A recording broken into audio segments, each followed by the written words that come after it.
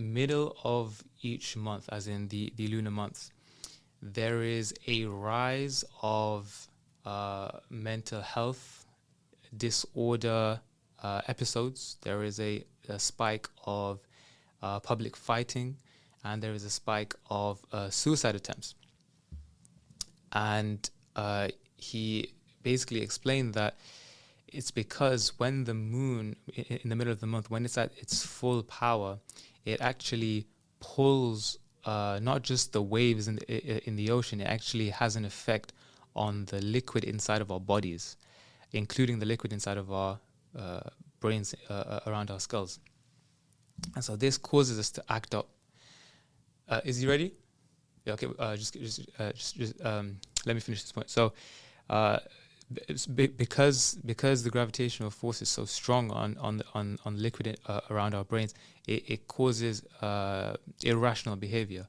And coincidentally, Rasulullah sallallahu alaihi wasallam, he encouraged us to actually fast these 3 days, and that's what he practiced, the pearl days of the month. And what does fasting do? Fasting actually allows us to have more control over our body, or more control over our emotions, and so that can counteract the force that the moon has on us. Interesting, right? Now, obviously, the way that he described it to me, it was much better, and I tried to impart some of it. Okay, Mohammed, if you want to pull through Azim. Azim, are you here? Yeah, I'm here. Assalamu alaikum, Azim, how are you? Wa alaikum salam. I'm good. How are you?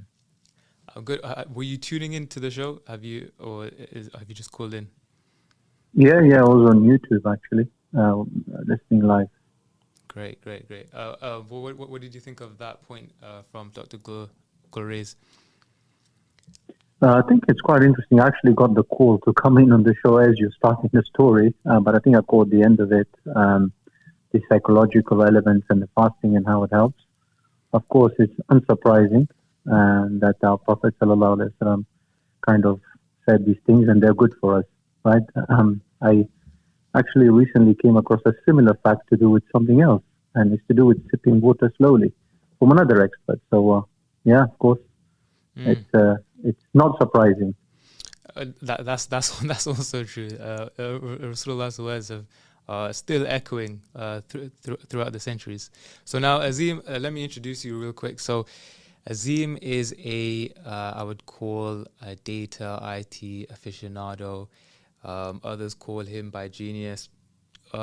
He is also is it fair to say a hobbyist, or would I say expert on moon sighting? I would say an amateur, really. Sure, okay. He's being humble.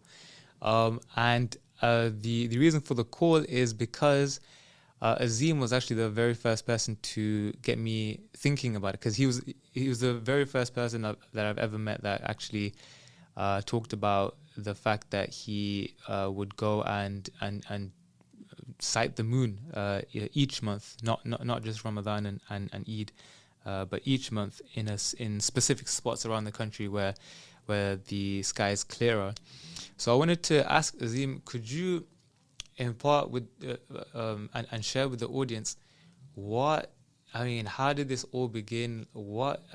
How does someone become a moon sighter? Like, what got you so interested that you would go out of your way each month and search for the moon? It's actually an interesting question. It's multifaceted, but I'll keep it simple and just talk about why I do it myself.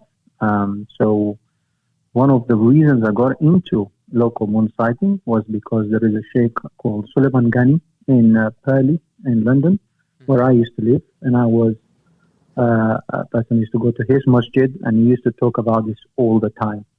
That's basically how I got into it, but not straight away. It took years for me to actually accept that this is actually the right way, but only once I found that there is a system we can follow.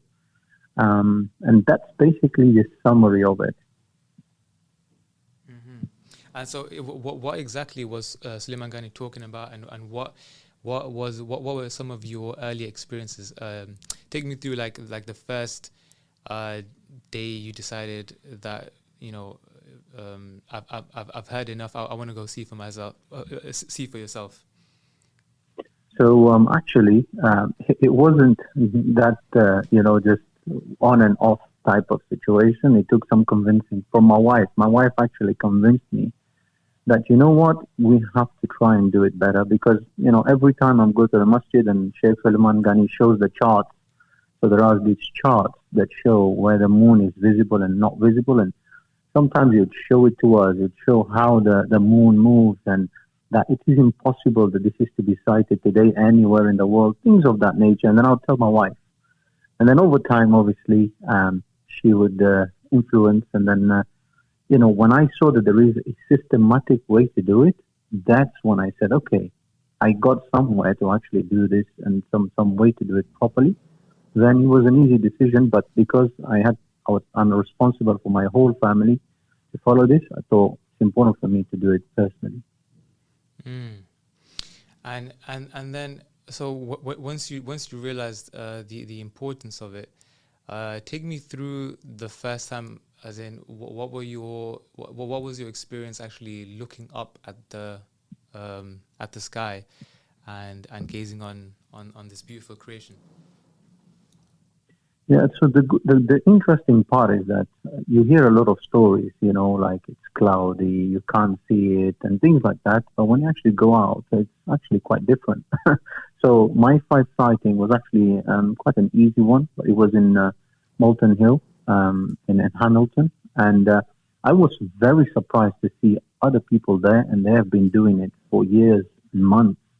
And it wasn't that difficult to actually look up the sky and look for that crescent. And that's all there is to it, really. It is quite simple.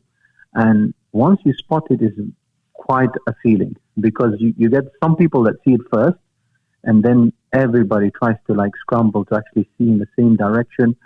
It's not as technical or scientific as you would think. It's quite simple. You just need to turn up, bring your eyes, look up the sky. That's it. Yeah, I guess it is very simple. It's more like the action only takes a few seconds, but the issue itself is being talked about for decades. Exactly. But yeah. And that's it. The main thing is that there is a system we can follow. There is at least 2 local organizations, and they've taken this responsibility, and I think it's on us to support them. And Azim, where exactly do you mind sharing where exactly your usual spots are around Leicester? Because a lot of our listeners are from Leicester, so maybe they could join you if you feel comfortable with that. Yeah, so there is 2 locations that I generally kind of do it in Leicester. One is Molten Hill. This is in Hamilton, and the other one is Bradgate Park. Bradgate Park is not an easy location for everybody. There is a hill to climb.